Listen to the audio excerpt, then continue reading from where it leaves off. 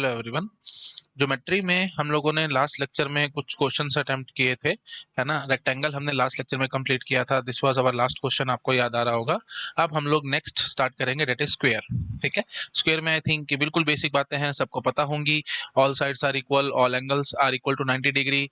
Area क्या होता है? हाफ इंटू डी स्क्वायर, या फिर ए स्क्वायर आप बोल सकते हो, where A square is the side. ठीक है, if A is the side, ये देखो ये मैंने स्क्वायर बनाया, तो अगर ए हमारे पास साइड है तो सारी की सारी साइड्स बराबर होंगी। और साथ साथ अगर डायगनल आप लेकर के चलते हो, so this is our D diagonal, है ना। अच्छा, आपको पता होगा स्क्वायर की डायगनल्स एकदम बराबर होती हैं, और वो सब मेरे ख्याल से मुझे बोलने की भी जरूरत नहीं है, बिल्कुल कॉमन सेंस की बात है। कैसे? देखो बेटा, इन ये डी डी क्या होगा बेटा? ये √2a, है ना। √2a नहीं समझ में आ रहा तो ये देखो, ये एंगल 90 डिग्री है ना, तो ये राइट एंगल ट्रायंगल हो गया। लेट अस सपोज से X Y Z and W. ठीक है, तो एक्स वाई जेड ये राइट एंगल हो गया, राइट एंगल ट्रायंगल हो गया। तो D square will be equal to A square plus A square, तो D will be equal to √2a। ठीक है जी। अच्छा, और दूसरी अगर ये डायगनल है तो ऑफ कोर्स ये भी क्या होगी? √2a। ठीक है, तो दोनों के दोनों ही सेम है, तो मेरे ख्याल से आप समझ गए होगे दोनों डायगनल्स बराबर हैं, तो ऑल डायगनल्स इक्वल। ठीक है, हम लिख सकते हैं ऑल डायगनल्स इक्वल। ठीक है, स्क्वायर में एक खास बात होगी, लिखा नहीं है मैंने पॉइंट, बट ऑब्वियस आप समझ पा रहे होगे। अच्छा, और एरिया मैंने अभी क्या बताया था आपको? ए स्क्वायर। ए स्क्वायर क्यों है? क्योंकि रेक्टेंगल के लिए क्या था? Length into breadth. अब लेंथ और ब्रेथ दोनों बराबर हैं, तो आई थिंक इसमें मुझे बोलने की जरूरत नहीं है, A square will be the area. और जिसको आप हाफ डी स्क्वायर क्यों कह सकते हो? क्योंकि हमारे पास जो डायगनल है, डायगनल क्या है बेटा? ये मैंने अभी आपको दिखाई, √2a। तो √2a का मतलब क्या हो गया? √2a हो गया, तो ये कितना आएगा? अगर मैं डी स्क्वायर निकालूंगा तो D square will be equal to what? 2a square. Okay, A square area है, तो ये क्या हो जाएगा? A square is the area, तो area will be equal to D square by 2, है ना। तो ऑफ कोर्स ये समझ पा रहे हो, ए स्क्वायर इज द एरिया, तो ए स्क्वायर क्या हो जाएगा? 2 इधर चला जाएगा, डी स्क्वायर बाई 2। ये हमने लिखा हुआ है हाफ डी स्क्वायर। मेरे ख्याल बहुत ऑब्वियस है, ये सब बातें मुझे बोलनी नहीं चाहिए बेटा, आप ये इतनी इजी आप समझ पा रहे होगे। अच्छा, पेरीमीटर क्या होगा? ऑफ कोर्स 4 इंटू साइड, है ना, जो साइड का सम, तो वही पेरीमीटर होता है, तो 4 इंटू ए, तो that is nothing but 4 into side, that is nothing but 4a। अच्छा, लेंथ ऑफ डायगोनल √2a, ये मैंने अभी आपको बता ही दिया। ठीक है, चलो शाबाश, करो नोट डाउन, अगली स्लाइड पे आएंगे। हो गया जी, ठीक है। नेक्स्ट देखो, नेक्स्ट क्वेश्चन एक छोटा सा, if area is increase by 44% then size is increased by. तो एरिया को आपने कितने से इंक्रीज कर दिया? 44% से, तो साइज कितने परसेंट से इंक्रीज होगी? That is our question. तो सपोज कर लो एरिया ए स्क्वायर हमारे पास था पुराना एरिया, या पुराना एरिया आप ले लो ए, ठीक है, या ए ओल्ड लिख देता हूँ, ठीक है, ए ओ लिख देता हूँ, A O, that is our old area. और A N that is our new area. तो न्यू एरिया कितना है बेटा? 44% से इंक्रीज हुआ, तो 1.44 AO। आई होप आप समझ पा रहे होगे, है ना। तो ए एन क्या होगा? न्यू, 1.44 A0 ए ओल्ड। और ये सब क्या है? परसेंटेजेस का प्लीज आपको मेरे लेक्चर देखने पड़ेंगे, अगर आपको डाउट है तो ये सब चीजें ऐसे आपको समझ नहीं आएंगी, है ना। और ये बेसिक पॉइंट्स हैं, आई थिंक आने भी चाहिए आपको। तो 1.44 ए ओ हो गया। अच्छा जी, तो अब साइड आपसे पूछी जा रही थी, तो साइड कितनी आएगी? देखो हम सिंपल क्या कहेंगे कि एस का square that was equal to A O, that is S old का square that was equal to A O. अब एस एन का square that will be equal to A N, है ना, new area that will be equal to S N का square. अच्छा, अब मैं क्या कहता हूं कि हमारे पास ये डिफरेंस कितना आ जाएगा वो हम एक बार चेक कर लेते हैं, या ऐसे भी बोल सकते हैं हम लोग, S O that will be equal to square root of A naught, तो S N that will be equal to square root of A N. ठीक है, ए ओल्ड का स्क्वायर रूट और ये ए एन का स्क्वायर रूट। अच्छा जी, अब हमारे को चाहिए क्या? परसेंटेज अगर आपको निकालना है, किस चीज का परसेंटेज निकालना था? Percentage increase in side. तो परसेंटेज कैसे पता लगेगा बेटा? Final value minus initial value, final value minus initial value upon initial value into 100। ये सब आई थिंक आपको करना आता ही है, इसमें कुछ है नहीं, है ना। S N minus S zero upon S O into 100। ये एस जीरो मुंह से निकल रहा है, आई थिंक आप समझ पा रहे हो, एस ओ है ये, मतलब ओल्ड। ठीक है, तो एस ओल्ड क्या है भाई? रूट ए नॉट, है ना। तो एस एन क्या है हमारे पास? एस एन है जी square root of A N, है ना, square root of A N. तो square root of A N minus square root of A naught upon square root of A naught into 100। ठीक है, आई होप आप समझ पा रहे होगे। अच्छा, ए एन और ए नॉट में क्या रिलेशन है बेटा? ये हमारे को पता है, ए एन क्या है भाई? 1.44 ए नॉट। तो अल्टीमेटली आप अगर दोनों का स्क्वायर रूट ले लोगे तो क्या आएगा? Square root of A N that will be equal to square root of 1.44 A naught. तो 1.44 का स्क्वायर रूट आप कर लो, वो कितना निकल के आएगा, आई थिंक आप समझ पा रहे होगे, 12 आ जाएगा, है ना। 1.2 1.44 का स्क्वायर रूट आपको करना है, 1.44 into square root of A naught, है ना। ये आई थिंक समझते ही हो, मल्टीप्लीकेशन में हो रहा है तो स्क्वायर रूट को आप शिफ्ट कर सकते हो, है ना। ये 1.44 इंटू था ना बेटा ए नॉट, तो under the root 1.44 into under the root A naught. अच्छा, 1.44 का स्क्वायर रूट क्या आएगा बेटा, ये आप बहुत आराम से गेस कर पा रहे हो, दैट विल बी 144 अपॉन 100 का स्क्वायर रूट। 100 का स्क्वायर रूट क्या हो जाएगा, 10, और 144 का स्क्वायर रूट कितना होता है, 12, है ना, आप जानते ही हो। तो ये कितना आ गया बेटा, 1.2। तो सिंपल, बस। तो अल्टीमेटली हमने क्या बोल दिया, square root of A N that will be equal to 1.2 under the root A naught. बस ये वैल्यू पुट करो, आपके पास आंसर आ जाएगा। अंडर रूट एन क्या है, 1.2 under the root A naught, 1.2 under the root A naught minus under the root A naught divided by under the root A naught into 100। हाँ जी, तो अल्टीमेटली ए नॉट कॉमन आ जाएगा, वो सब cut आ जाएगा। लो एक बार ले ही लेता हूँ मैं, 1.2 minus 1 divided by under the root A naught into 100, ये कैंसल्ड आउट। तो ये कितना आ गया बेटा, 0.2 into 100, it comes out to be 20%। So simple, ठीक है। आई होप आप समझ पा रहे होगे, 0.2 आ गया ना यहाँ से, 0.2 इंटू 100 दैट इज 20%। ये परसेंटेज इंक्रीज हम यही बोलते थे, परसेंटेज इंक्रीज हुआ या डिक्रीज हुआ वो तो आप समझ ही पा रहे होगे, मतलब final value minus initial value upon initial value करेंगे, नेगेटिव आंसर आ गया तो डिक्रीज हुआ, पॉजिटिव आंसर आ गया तो इंक्रीज हुआ, तो पॉजिटिव आंसर आया तो इसका मतलब इंक्रीज हुआ, है ना। ये सब चीजें बहुत बेसिक है, परसेंटेजेस में सब मैंने आपको बता रखा है। फटाफट से आप नोट डाउन करो, फिर मैं अगली स्लाइड पे जब करूंगा। हो गया जी, ठीक है जी। चलिए नेक्स्ट क्वेश्चन देखिए, if side is increase by 25% then area is increase by. बहुत आसान सवाल है ना। साइड को आपने 25% इंक्रीज कर दिया तो एरिया कितने से इंक्रीज होगा, एरिया होता है क्या बेटा, एरिया होता है साइड स्क्वायर, ठीक है। तो साइड को आपने 25% से इंक्रीज कर दिया तो मतलब 1.25 हो गया ना नया साइड। अगर पुरानी साइड एस थी तो नया साइड क्या हो गया, 1.25। तो 1.25 एस का होल स्क्वायर कर दोगे तो that will be equal to A new, ठीक है। तो अब आप तो 1.25 का स्क्वायर इंटू एस स्क्वायर, तो एस स्क्वायर क्या है बेटा, हमारा पुराना एरिया है, तो 1.25 का square into A that is equal to A new. तो 1.25 का स्क्वायर करना पड़ेगा बेटा, कितना आंसर आएगा चेक करो, 125 का स्क्वायर करना है ना। तो ये देखना पड़ेगा ये कितना आ जाएगा, 125 इंटू 125 आप करना चाहते हो, कैलकुलेटर से कर दूं, 1 मिनट लगेगा बेटा, है ना, थोड़ा जल्दी आंसर आ जाएगा और हमारा टाइम भी बच जाएगा। 125 इंटू 125, 15625, 15625, 15625 इंटू ए। आप देखो बेटा, 2 के बाद पॉइंट था तो स्क्वायर कर रहे हैं तो ऑफकोर्स 4 के बाद पॉइंट आएगा, तो ये तो आप जानते हो, ये आ गया। तो डायरेक्टली आप यहाँ से अगर आपके कंसेप्ट क्लियर तो आप डायरेक्टली बोल सकते हो 56.25% से ये इंक्रीज हो रहा है ना। तो ए न्यू क्या आ रहा है, ए न्यू क्या आ रहा है, 1.5625 इंटू ए, ठीक है। तो दैट इज नथिंग बट 56.25% से इंक्रीज हुआ है। अगर आपको अभी भी डाउट आ रहा है कि सर ये 56.25% कैसे आ रहा है, इसमें कोई टेंशन की बात नहीं है बेटा। Final value minus initial value upon initial value into 100, ये हमारा फार्मूला होता था परसेंटेज इंक्रीज या डिक्रीज चेक करने के लिए। अगर ये आंसर पॉजिटिव आ गया तो आप बोल देंगे इंक्रीज हुआ है, आंसर नेगेटिव आ गया तो आप बोल दोगे डिक्रीज हुआ है। फाइनल वैल्यू क्या है बेटा, 1.5625 इंटू ए, इनिशियल वैल्यू क्या है बेटा ए, और इनिशियल वैल्यू ए थी ना हमारे पास, ये ए थी, है ना, और अपॉन इनिशियल वैल्यू बस ए ओनली। इसमें वैल्यू पुट करो, आंसर निकालो, होमवर्क है आपके लिए, मैं फालतू का टाइम पास नहीं करना चाहता, आपके पास ये आंसर आ जाएगा। और ये तो बेसिक सा पॉइंट है बेटा, आप जानते ही हो, अगर आपके पास से एक्स है और नई वैल्यू 1.2x है तो आप सीधा नहीं बोलते थे 20% इंक्रीज हुआ है, ये तो बिल्कुल बकवास बात है। बस वही चीज तो आई और कुछ नहीं है, ठीक है। फिर भी डाउट आ रहा है, करके देख लो, पता लग जाएगा। चलो शाबाश, करो नोट डाउन, नेक्स्ट स्लाइड पे जब करूंगा। हो गया, ठीक है।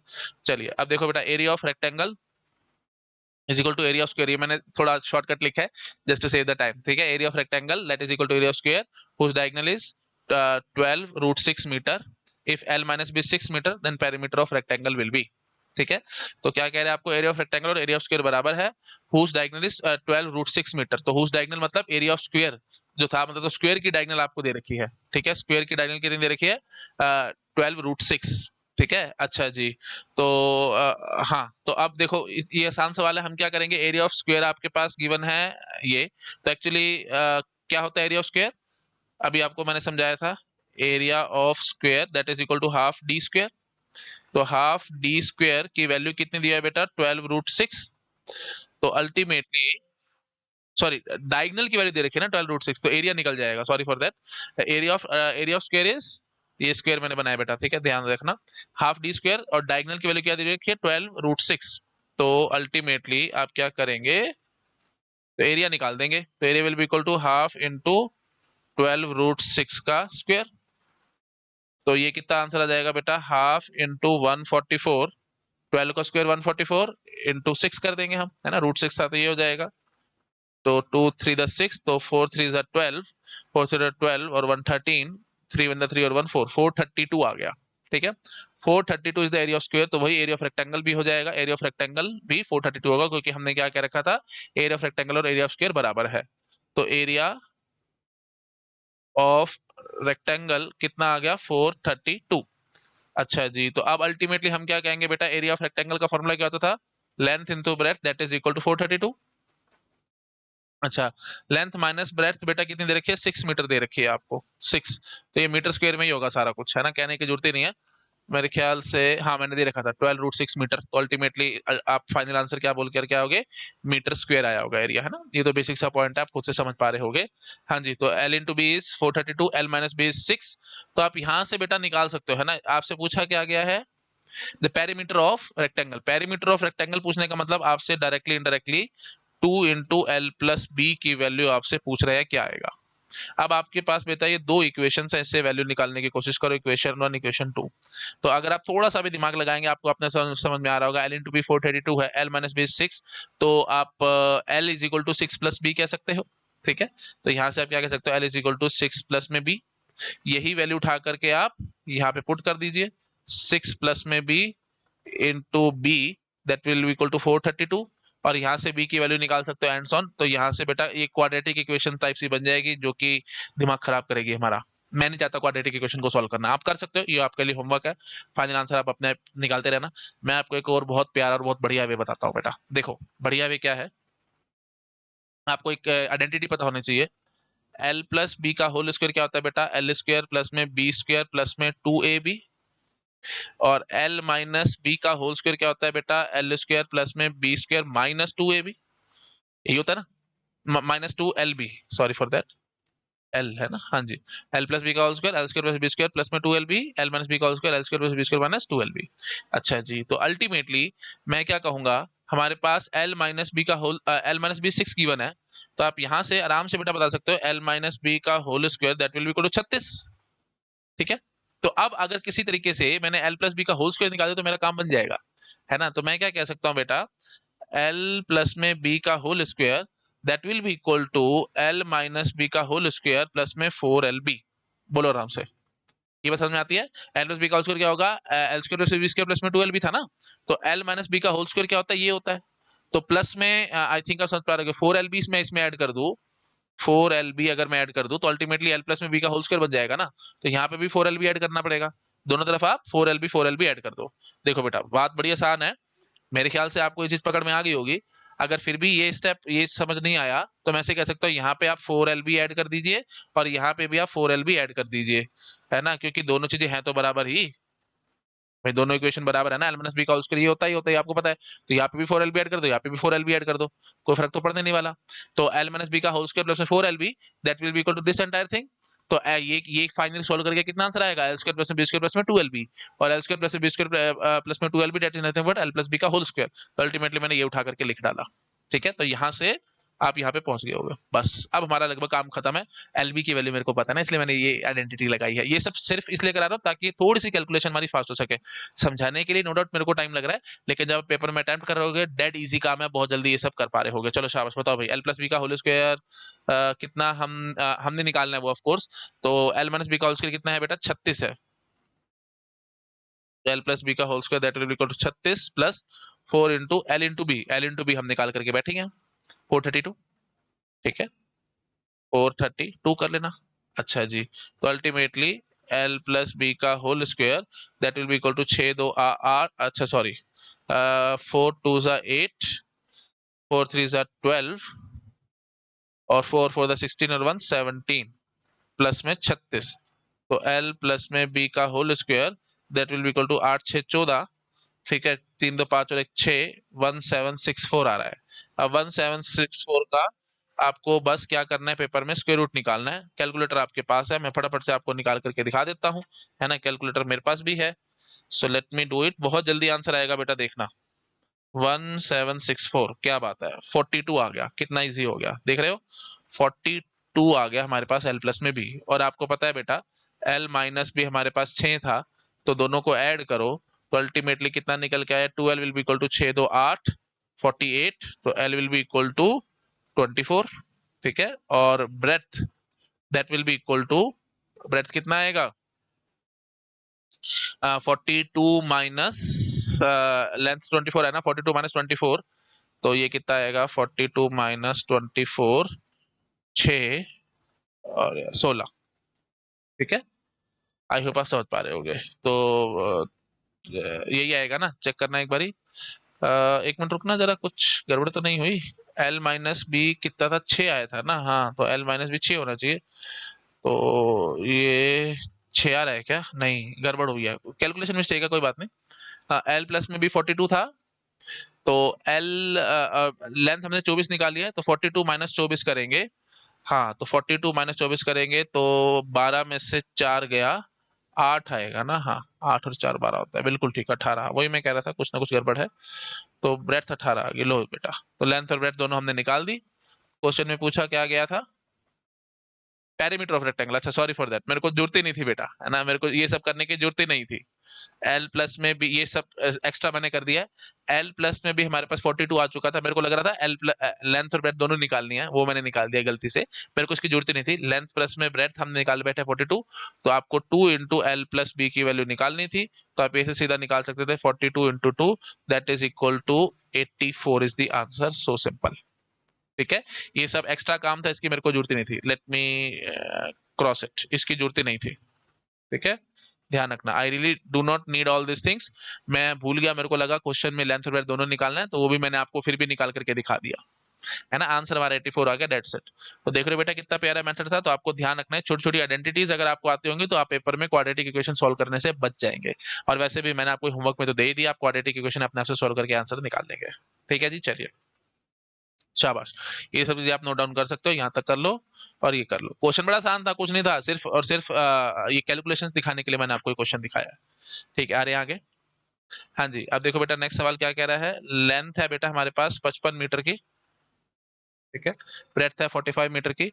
Plot has two roads of equal width running in the middle of it, ठीक है। One parallel to length and another parallel to breadth, remaining is the lawn if lawn area is 1911 metre square, width of the road। बड़ा प्यारा सवाल है, देखो क्या है, length और ब्रेड्थ है हमारे पास ये, और plot has two roads of equal width running in the middle of it. जब तक डायग्राम नहीं बनाओगे ना बेटा, तब तक ये सवाल नहीं होने वाला, ठीक है। पहले तो बनाओ एक रेक्टेंगल।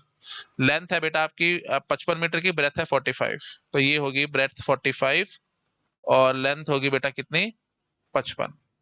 अच्छा जी, अब आपको क्या कहा जा रहा है, दो रोड्स हैं जो कि पैरेलली रन कर रही हैं, two roads of equal width running running in the middle of it, एकदम मिडल में। लो बेटा, ऐसे और ऐसे, ये बन गया, ओके।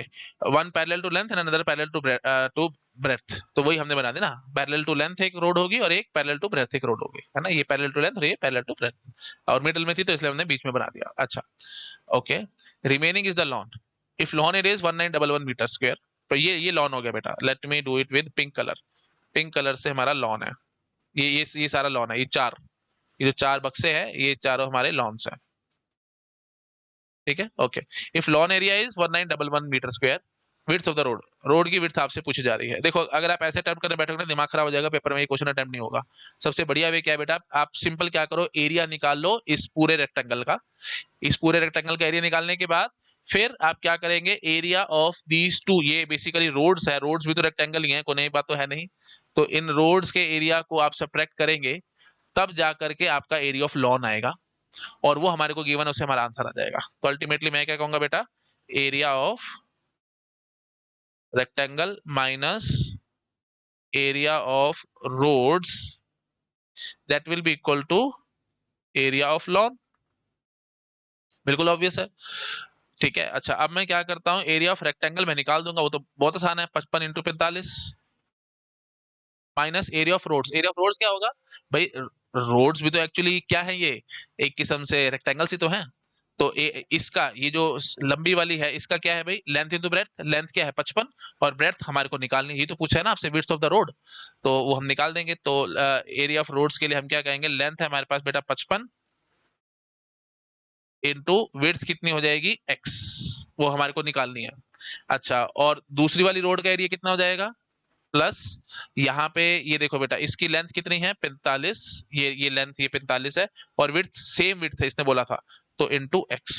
देखो बेटा ध्यान से पढ़ो, है ना, running in the middle of it two roads of equal width, इसने बोला था विड्थ बराबर है, तो इसलिए मैंने दोनों को x ले लिया और यही x की वैल्यू हमारे को निकालनी है और कुछ नहीं करना है इसमें, समझ गए हो। That will be equal to area of the lawn. Area of lawn हमारे पास कितना गिवन है बेटा 1911, बोलो आराम से। बट एक छोटी सी गलती हम यहाँ पे कर गए बेटा, छोटी सी गलती, क्या छोटी सी गलती, यहाँ पे देखो इस वाली को जब आपने कैलकुलेट किया है ऐसे समझो, देखो बेटा इस वाली रोड का आपने एरिया कैलकुलेट कर लिया तो मतलब ये पूरा आ गया है, फिर इस वाली का भी आपने कैलकुलेट किया तो फिर ये पूरा आ गया। तो बेटा जो सबसे बड़ी बात है, ये जो ग्रीन वाला ये आपने 2 बार एरिया कैलकुलेट नहीं कर लिया, तो एक बार घटाना भी तो पड़ेगा। तो एरिया है कितना, ये आप कॉमन सेंस से सोच के बताओगे, ये एरिया बेटा कितना है, ध्यान से देखो ये एक स्क्वायर है, ठीक है, तो ये वाली विड्थ बेटा कितनी है, दिस विड्थ, ये वाली विड्थ कितनी है बेटा, ये यही तो है, तो ये तो एक्स ही थी, तो अल्टीमेटली इसलिए मैंने कहा था ये स्क्वायर बनेगा, तो x square is the area of this square. तो ये आपको घटाना पड़ेगा, समझ में आ रहा है, क्योंकि ये विड्थ भी तो बेटा ये एक्स ही तो है और ये वाली विड्थ वही बात है एक्स ही तो है, सेम विड्थ बोला था ना, तो बस अल्टीमेटली माइनस एक्स स्क्वायर आपको और करना चाहिए था, वो छोटी सी बस आपने यहाँ पे मिस्टेक करी है। यहाँ पे आप क्या करेंगे, minus x square that will be equal to 1911। अब अल्टीमेटली आपको बस इसको सॉल्व करना और आंसर निकालना, क्वाड्रेटिक इक्वेशन बनेगी, सॉल्व कर लेना, मैं यहाँ पे टाइम वेस्ट नहीं करूंगा, होमवर्क में आपको देकर के मैं भाग रहा हूँ, ठीक है, तो आप इसको सॉल्व करके आंसर निकाल सकते हो, इसमें कुछ नहीं है बेटा। आई होप आपको पकड़ में आया होगा, क्वेश्चन आसान था, कुछ ज्यादा खास डिफिकल्ट था नहीं, आप पकड़ गए होगे हम यहाँ पे क्या कर रहे हैं, ठीक है। हाँ बट ये सबसे बढ़िया वे था, नहीं तो आप ऐसे निकालने बैठ जाते हैं एक लॉन का एरिया कितना होगा, 4 लॉन एंड होना, बड़ा दिमाग खराब होता है सब चक्करों में, सिंपल डायरेक्ट हमने आंसर निकाल दिया, ठीक है। तो आई होप आपको समझ में आया होगा, हमने किया क्या है, आपको विड्थ बतानी थी इन रोड्स की, तो विड्थ बेटा ऐसे कैसे, तो ऐसे तो निकलेगी नहीं, एरिया के हिसाब से निकल सकती थी, तो हमने सीधा एरिया से निकाल दिया। चलिए आ रहे हैं बेटा अगले सवाल पे, ठीक है, हाँ जी। अब देखो नेक्स्ट सवाल, ABCD ABCD is the square whose side is 10 centimetre, ठीक है जी, ABCD ये एक स्क्वायर है जिसकी साइड है 10 सेंटीमीटर की, ठीक है, ये है ABCD, ग्रीन से मैंने दिखा दिया। अच्छा, triangle AEC is congruent to EFC, AEC जो है AEC, E कहाँ है भाई, अच्छा सॉरी, हाँ AEC ये रहा, ठीक है let me use another colour, है ना, थोड़ा अच्छा लगेगा आपको, पिंक से दिखाता हूँ मैं, AEC ये एरिया, ये ट्राइंगल मतलब ये कॉन्ग्रेंट है, AEC और EFC ये एरिया, ये दोनों ट्राइंगल कॉन्ग्रेंट है, कॉन्ग्रेंट तो मतलब एरिया बराबर होगा। अच्छा, B is the mid point of EC, EC का मिड पॉइंट है बेटा B, E मिड पॉइंट है, तो let me use another colour, ये दोनों बराबर है लाइनें, ठीक है, मतलब EB और BC बराबर है। Find area of EFC, EFC का एरिया आपको बताना है, एरिया ऑफ ट्राइंगल EFC बताना है, ठीक है। तो एरिया ऑफ ट्राइंगल EFC क्या होगा, half into base into height, तो बेस हमारे पास क्या हो गया EC और हाइट कितनी होगी BF, यही है। अच्छा, लेकिन इससे एक आसान इलाज मैं कर सकता हूँ बेटा, AEC का एरिया मेरे को बहुत जल्दी समझ में आ रहा है, कैसे, हाफ इंटू हाइट, बेस कितना है EC और हाइट कितनी है बेटा AB हाइट तो मेरे को पता ना 10 है, तो स्क्वायर था, ठीक है। तो एरिया मैं बहुत जल्दी कैसे निकाल करके भागूंगा, मैं बोलूंगा क्योंकि दोनों ये ट्राइंगल कॉन्ग्रेंट देने का मीनिंग इनडायरेक्टली डायरेक्टली यही था कि दोनों का एरिया बराबर होगा, तो इस वाले का एरिया मैं बहुत जल्दी निकालूंगा। तो ट्राइंगल AEC का एरिया मैं आपको निकाल करके दिखाता हूँ। AEC का एरिया क्या होगा बेटा, हाफ इंटू बेस कितना है EC और हाइट कितनी है बेटा AB हमारे पास 10 गिवन है। अच्छा, EC मेरे को नहीं पता, तो वो भी मैं पता लगा लूंगा, देखो BC कितना है 10 है, और दोनों जब मिड पॉइंट बता रखा था B is the mid point, तो ये 10 है तो ये भी तो 10 ही होगा, इसमें क्या है, तो 10 प्लस 10 कितना हो गया 20 हो गया, तो EC कितना हो रहा है बेटा 10 प्लस 10, और ये कितना हो गया हाफ, तो अल्टीमेटली कितना निकल के आया, half into 200 which comes out to be 10, sorry 20, oops, क्या कर रहा हूँ मैं, हाफ इंटू 100 100 हो गया, हाफ इंटू 200 100 हो गया, 100 जो भी होगा ये मीटर स्क्वायर या जो सेंटीमीटर था, चलो ठीक है, 100 centimetre square is the answer. ठीक है, बहुत आसान था, इसमें कुछ नहीं था। ये एरिया ऑफ AEC आ गया तो एरिया ऑफ EFC भी बराबर होगा क्योंकि दोनों ट्रायंगल कॉन्ग्रुएंट है। ठीक है, तो that will be the area of triangle EFC। चलो शाबाश, करो बेटा नोट डाउन, अगली स्लाइड पे जंप करूंगा। इजी सवाल है, मुश्किल नहीं है ये सब, है ना।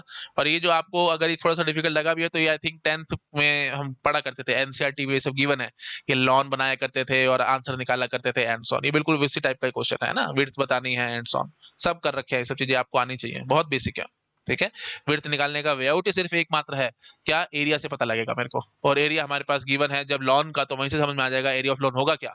एरिया ऑफ लॉन होगा क्या, area of rectangle minus area of roads. Area of roads और रेक्टेंगल पुट करो, आंसर निकालो, कुछ नहीं था इसमें। ठीक है, चलिए आ जाओ आगे। हाँ जी, तो नेक्स्ट क्वेश्चन क्या है, room of 5 meter 44 centimeter long and 3 meter 74 centimeter broad is to be packed with square tiles. Find least number of square tile needed to cover the floor. ठीक है, रूम है बेटा 5 metre 44 centimetre and 3 metre 74 centimetre broad, तो 5.44 metre का ये length हो गई, और ब्रेड्थ कितनी है 3.74 मीटर, ऐसे लिख दो ना, 3 मीटर 74 सेंटीमीटर, ये मीटर में आ गई, या फिर आप पूरा सेंटीमीटर में भी कर सकते हो, आपकी इच्छा है।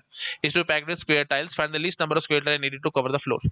हाँ जी, तो स्क्वायर टाइल्स लगानी है आपको, मतलब एक ऐसे ऐसे टाइल्स लगानी है आपको, और इनको इस पूरे को कवर करना है आपको, पूरे को। ठीक है, और आपसे पूछ रहा है कम से कम कितने स्क्वायर टाइल्स चाहिए होंगे मेरे को, है ना। तो ये आई थिंक आप समझ पा रहे हो, एरिया से ही निकलेगा, तो area of square tiles that must be equal to area of this rectangle. तो एरिया ऑफ, तो मैं ऐसे बोलता हूँ, लेट, ऐसे बोलता हूँ मैं, let n square tiles needed.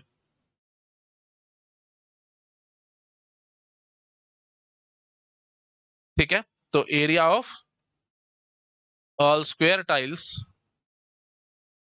हाँ, और area of one square tile में लिख देता हूँ, area of one square tile मैं ले लेता हूँ एक्स स्क्वायर, मतलब क्या हुआ, मैंने साइड ले ली एक्स, तो लेट, तो या चलो मैं स्टेप बाय स्टेप कर ही देता हूँ यार, एक मिनट लगेगा, इसको मैं कर देता हूँ नीचे। हाँ जी, तो मैं बोलता हूँ let side of square tile be X. ठीक है, स्क्वायर टाइल की साइड मैंने एक्स ले ली, तो area of one square tile will be equal to X square. तो एन स्क्वायर टाइल्स का एरिया कितना हो जाएगा, N multiplied by X square. तो N multiplied by X square that must be equal to what, area of the rectangle. Area of rectangle कितना है बेटा, 544 into 374, 544 into 374, है ना। तो n की वैल्यू बेटा, अब आप यहाँ से क्या कह सकते हो, n की value that will be equal to 544 into 374 upon x square. तो अब आप बोलोगे कि सर n भी अननोन है, एक्स स्क्वायर भी अननोन है, कहाँ से क्या करें। तो यहाँ पे बेटा छोटी सी एक ट्रिक लगेगी, ट्रिक देखो क्या है, n will be equal to, मैं ऐसे कह सकता हूँ 544 इंटू 374, एक्स स्क्वायर था तो x इंटू एक्स कहने में कोई दिक्कत तो नहीं है ना। ये n और x मेरे प्लीज एक जैसे लगते हैं, ध्यान रखना ये x है। हाँ जी, तो अब आपको बेटा ऊपर क्वेश्चन में क्या कहा गया था, find least number of square tiles needed, कम से कम कितनी चाहिए। तो अल्टीमेटली अगर आप चाहते हो कि n की वैल्यू लीस्ट नंबर है तो मतलब वो मिनिमम होना चाहिए, तो अगर n आपको मिनिमम चाहिए तो एक्स स्क्वायर जो x इंटू एक्स था वो क्या होना चाहिए बेटा, मैक्सिमम होना चाहिए। ऑफ कोर्स आप समझ पा रहे हो क्या ना, अगर आपको n को मिनिमम करना है तो एक्स स्क्वायर को मैक्सिमम करना पड़ेगा, तभी तो ये आएगा। अरे वहां बकवास बात है तो समझ में आती है कि नहीं, दिक्कत है, दिक्कत है तो बेटा ये तो बहुत आसान बात है। ये देखो, अगर मैं बोलता हूँ x is equal to y upon z है, तो अगर आपको x की वैल्यू बड़ी, y कांस्टेंट है, ठीक है, y is a constant quantity, से c ले लो, चलो c ले लेते हैं, c अपॉन z, या मैं लिखता हूँ x is equal to c upon z, c is a constant quantity. तो अगर आपको ये पूरी चीज बड़ी से बड़ी चाहिए होगी तो z को आपको मिनिमम करना पड़ेगा, और अगर आपको ये वाली पूरी चीज, है ना, ये पूरी चीज आपको से मैक्सिमम चाहिए तो अल्टीमेटली z को आपको मिनिमम करना पड़ेगा, दैट इज वेरी ऑब्वियस। तो अगर आपको ये c अपॉन z ये बिल्कुल मिनिमम चाहिए तो अल्टीमेटली z को आपको मैक्सिमम करना पड़ेगा, और अगर आपको ये पूरी चीज मैक्सिमम चाहिए तो z को आपको मिनिमम करना पड़ेगा। समझ में आ रहा है, मैं दोबारा से बोल देता हूँ अगर आपको कंफ्यूजन है तो, अगर आपको c अपॉन z बड़े से बड़ा चाहिए तो इसका मतलब क्या होगा बेटा, z को आपको मिनिमम रखना पड़ेगा, और अगर आपको C/Z बिल्कुल मिनिमम चाहिए तो इसका मतलब क्या होगा बेटा, Z को आपको मैक्सिमम रखना पड़ेगा। ये तो महा बकवास बात है, ये तो सब आपको आती होंगी, है ना, बट फिर भी रिकॉर्डेड सेशन है तो इसलिए मैं थोड़ा थोड़ा बोलता रहता हूँ ताकि किसी स्टूडेंट के दिमाग में कोई डाउट ना रह जाए। फाइनल समझ में आ गया ना? हाँ जी, तो अल्टीमेटली मेरे को x क्या चाहिए, आपको मैक्सिमम चाहिए, क्योंकि हमारे को n की वैल्यू मिनिमम चाहिए थी। अब बड़ा आसान काम है बेटा, मैक्सिमम चाहिए तो अब एक मजे की बात बताऊं क्या आएगा, देखो फाइनल आंसर तो टाइल्स को आपको तोड़ना तो अलाउड नहीं है, मैंने यहाँ तो नहीं कहा कि टाइल्स को आप तोड़ के लगा सकते, तो मतलब एकदम फिक्स करनी होंगी, तो ये इंटीजर आंसर चाहिए, इंटीजर आंसर चाहिए मतलब ये पूरा इंटीजर चाहिए आपको, है ना।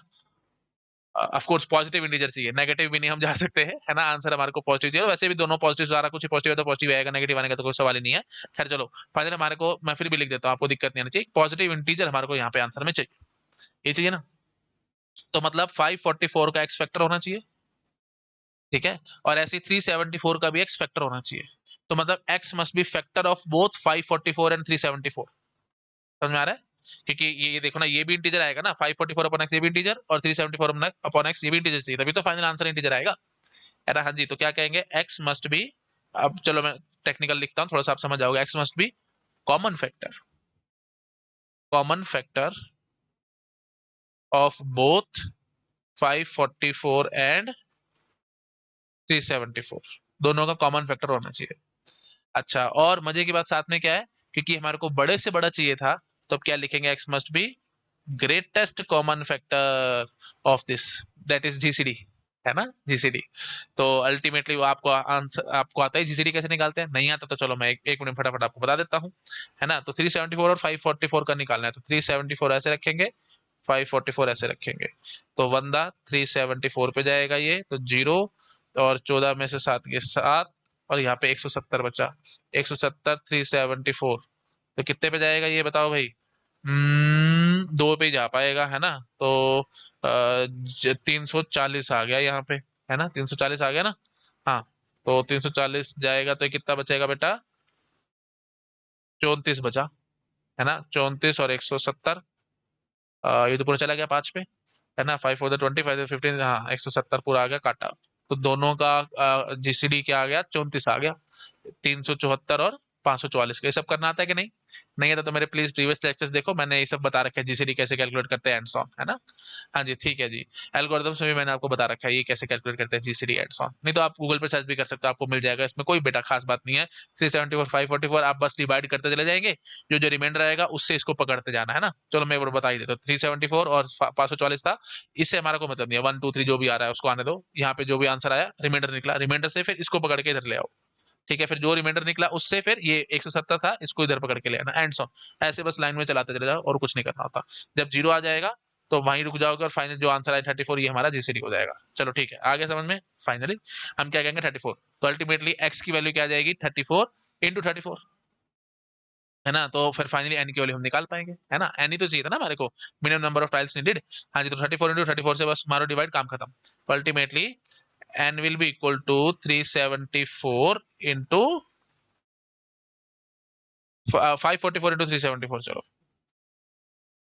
544 into 374 डिवाइडेड बाय 34 into 34, यहाँ से बेटा कैलकुलेट कर लेना प्लीज, मेरे ख्याल से मुझे टाइम पास नहीं करना चाहिए, ये चलो यार 1 मिनट लगेगा, बता ही देता हूँ, कैलकुलेटर मेरे पास है ना, तो कितना आंसर आएगा बेटा, 544 डिवाइडेड बाय 34, 16 आ रहा है, इसका आंसर आ रहा है 16, और 374 डिवाइडेड बाय 34, इसका आंसर आ रहा है बेटा 11, 16 इंटू 11 करो, आंसर आ जाएगा, ठीक है ना, 176, तो 176 tiles are needed, minimum 176 is the answer, ठीक है। चलो शाबाश, करो नोट डाउन, एक ही स्क्रीन पे सारा कुछ आप कोशिश करो, सब नोट डाउन हो जाएगा, ठीक है चलो। हाँ, अब एक और बढ़िया बात बताता हूँ, ठीक है, एक और तरीका है मेरे पास, एक और तरीका क्या है बेटा, मैं सिंपल ऐसे बोलूंगा, क्योंकि मेरे को इसको पूरा भरना है ना, स्क्वायर टाइल से हमारे को इसको पूरा भरना है, तो ऑब्वियस सी बात है बेटा, आप जब ये देखोगे, ये पूरी ऐसे भरी गई, तो लेंथ और ब्रेड्थ दोनों एक्स है ना, क्योंकि स्क्वायर टाइल्स थी, तो हर एक टाइल की लेंथ और ब्रेड्थ बराबर है, दैट इज एक्स। तो मैं इतना कह सकता हूं कि लेट अस सपोज यहाँ पे मैंने से एल टाइल्स लगाई हैं, तो मेरे को इतना पता है बेटा, एल टोटल अगर मैंने एल टाइल्स लगाई हैं, तो और हर एक की लेंथ और ब्रेड्थ बराबर थी, तो एक्स, तो मैं क्या कहूंगा बेटा, x plus x plus x and so on up to l times जब मैं इन सबको x को ऐड कर लूंगा तो इसकी वैल्यू बेटा कितनी आनी चाहिए, आप समझ पा रहे होगे, 544 सेंटीमीटर्स, है ना। That must be equal to 544 centimetres. बोलो भाई, ये बात समझ आएगी नहीं? भाई हर एक की लेंथ x है, ये x है, ये x है, ये x है, ये x है, हर एक लेंथ ब्रेड्थ बराबर ही है, तो सबकी length x x x x x है। तो लेट अस सपोज मैंने l टाइल्स यहाँ पे लगा दी हैं ऐसे लेंथ वाइज, तो इसे मैंने क्या कह दिया, x plus x l times जब आप ऐड कर लोगे तो 544 आना चाहिए, तो that is nothing but l into x, that must B 544। बात समझ आई?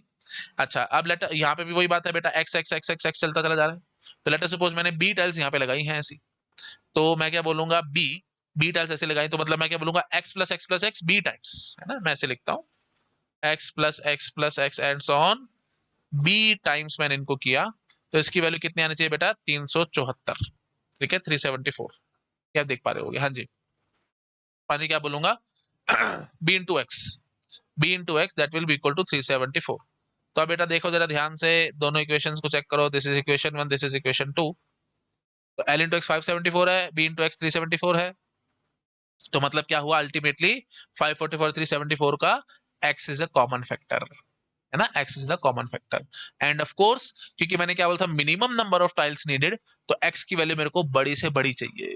बात समझ आ रही है? तो मैं क्या बोलूंगा, ये देखो मैं चलो ऐसे लिखता हूँ, l into x that must be equal to 544, b into x that must be equal to 374, और ये हमारे को पता है बेटा x दोनों का कॉमन फैक्टर नजर आ रहा है 544 और 374 का, और क्योंकि मैंने क्या बोला था, मिनिमम नंबर ऑफ टाइल्स, तो x should be maximum. Common sense से सोचो ना बेटा, है ना, कॉमन सेंस से सोचो, ये x की वैल्यू बड़ी से बड़ी रखनी लेके आऊंगा, तभी तो कम से कम टाइल्स लगेंगी ना, है ना, ऑफ कोर्स आप समझ पा रहे होगे। हाँ जी, तो मतलब क्या हुआ, x is GCD, x is the factor of 544 and 374 both. Why? Because ये कॉमन आ रहा है, आप मतलब अच्छे से बोलूंगा तो x is a common factor of both these 544 and 374.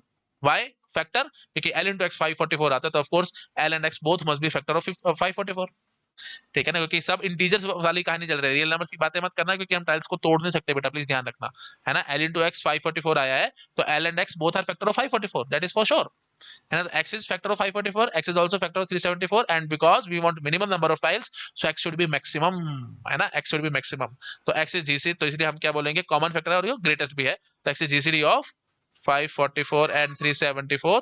तो फाइनली बस हम अभी जैसे हमने किया था, तो x की वैल्यू हम यहाँ से निकाल देंगे, ठीक है, और x की वैल्यू बस निकल गई, तो अल्टीमेटली हमने करना तो यही पड़ेगा, n is equal to n into x square, है ना, n into x square that will be equal to इतना, तो n की वैल्यू हम यहाँ से निकाल देंगे। आई होप आप समझ पा रहे होंगे, ठीक है जी। तो फाइनली एक्स की वैल्यू आ जाएगी, तो बस उसके बाद तो यही है हमारे पास, let n tiles are needed, तो n into x square that will be equal to 544 into 374, और फिर, है ना, और फिर फाइनली n की वैल्यू हम यहाँ से निकाल देंगे, तो यहाँ से जीसीडी हमने पता था 34 आया था, तो 544 इंटू 374 डिवाइडेड बाय 34 इंटू 34, तो फाइनली x की वैल्यू कितनी आ जाएगी बेटा, 176, दैट इज आवर आंसर। तो दोनों तरीकों से जो भी आपको अच्छा लग रहा है आप वो तरीका यूज कर सकते थे। बहुत प्यारा क्वेश्चन था बेटा, थोड़ा सा आपको समझ में आया होगा हमने क्या किया यहाँ पे, है ना। It is a very very beautiful question, ये नोट डाउन कर लेना, हो गया, ठीक है। अच्छा, ये सब हो गया, और ये भी ठीक है जी, चलिए ठीक है, तो ऐसा करते हैं, इतना रखते हैं, यहीं से आगे मैं नेक्स्ट लेक्चर में पढ़ाऊंगा आपको रोम्बस है बेटा, नेक्स्ट टॉपिक रोम्बस सब नेक्स्ट लेक्चर में करेंगे। वीडियो अच्छा लग रहा है प्लीज लाइक करना, अपने फ्रेंड के साथ शेयर जरूर करना। Thank you so much, bye bye. Hello everyone, अगर आप लोगों को मेरा काम पसंद आ रहा है, आप प्लीज़ वीडियोस को लाइक करते रहा करो, अपने फ्रेंड्स के साथ शेयर जरूर किया करो, ताकि मुझे मोटिवेशन मिले, मैं और ज़्यादा से ज़्यादा काम कर सकूं आप लोगों के लिए। और अगर आप मुझे डोनेशंस देना चाहते हो तो क्यूआर कोड आपको मिल जाएगा आप चैनल बैनर पे राइट हैंड साइड में ऊपर टॉप राइट में, अगर आप कंप्यूटर पे देख रहे हो तो टॉप राइट कॉर्नर में मिल जाएगा, नहीं तो आपको डिस्क्रिप्शन में लिंक मिल जाएगा, आप उस लिंक पे क्लिक करके डोनेशन जो भी देना चाहो दे सकते हो। डाउट्स की बहुत प्रॉब्लम रहती है स्टूडेंट्स को, रियल टाइम डाउट्स हम सॉल्व नहीं कर पाते फटाफट से, जैसे चाहे आप पेड कोचिंग में हो चाहे आप फ्री पढ़ रहे हो, कोई प्रॉब्लम वाली बात नहीं है। आप जहां से भी कुछ भी पढ़ रहे हो, मुझे इसमें दिक्कत नहीं है, आप मेरा टेलीग्राम चैनल को सब्सक्राइब कर सकते हो, वहां पे आपके जो भी डाउट्स है आप पूछ सकते हो। बहुत ज्यादा एक्टिव ग्रुप है, बहुत सारे स्टूडेंट्स एक्टिव रहते हैं ग्रुप में, फटाफट से आपको रिप्लाई मिल जाएगा। लेकिन और अगर आप और ज्यादा मैनेज्ड वे में चलना चाहते हो, बहुत अच्छे से प्रॉपर मैनेज तरीके से, कि डाउट्स अलग अलग हो, हमें जैसे टीओसी का अलग चैनल हो, कंपाइलर का अलग चैनल हो, डिजिटल का अलग चैनल हो एंड सो ऑन, तो अलग चैनल वाइज चैनल हमने बना रखा है, बहुत अच्छा सा डिस्कॉर्ड सर्वर हमने मेंटेन किया है ना, एक स्टूडेंट ने बना करके दिया था, तो आप उसको भी सब्सक्राइब कर सकते हो, लिंक आपको डिस्क्रिप्शन में मिल जाएगा। सब कुछ फ्री है भैया ना, मैं किसी चीज के लिए पैसे चार्ज नहीं करता हूँ, everything is free of cost. Donation देना चाहते हो आप, मोस्ट वेलकम, आप दे सकते हो। बट ये सब चीजें मैं आप लोगों के लिए लाइफ टाइम फ्री रखूंगा। डिस्कॉर्ड सर्वर हो गया, टेलीग्राम चैनल हो गया, और मेरा यूट्यूब चैनल हो गया, everything will be free of cost. मैं अपने मुंह से कभी कुछ नहीं मांगूंगा आपसे, ठीक है? आप जो देना चाहते हो आप वो मुझे दे सकते हो। Okay, thank you so much, bye bye.